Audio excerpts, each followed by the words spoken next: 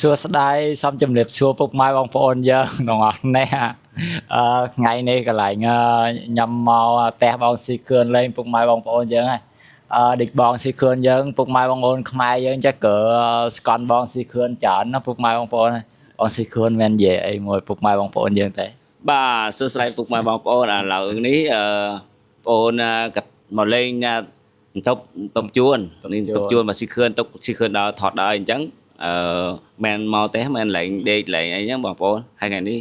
បងប្អូនកាត់មកលេងបាក់ទៀតបងប្អូនយើងរៀបចំទៅហូបបាយហើយហូបបាយហើយយើងthấy rồi hộp bài hay đang thấy hộp bài dương thọt em play lấy rồiពុកម៉ែបងប្អូនហើយបងប្អូនញ៉ាំបោះទៀតហូបបាយហើយហៅធ្វើកន្លែងវីដេអូអីកំ pl ែងជួនដល់ពុកម៉ែបងប្អូនបាន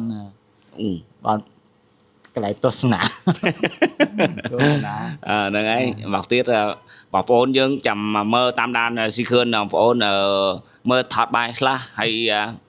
ជូនពរឲ្យបងប្អូនយើងទាំងអស់គ្នាឌីចតែឆ្នាំថ្មីអញ្ចឹងពីមិនឡៅវីដេអូស៊ីខឿនមានជូនពរដល់បងប្អូនយើងហើយម្ដងបងប្អូនមានជូនពរដល់បងប្អូនទាំងអស់គ្នាហ្នឹងហើយ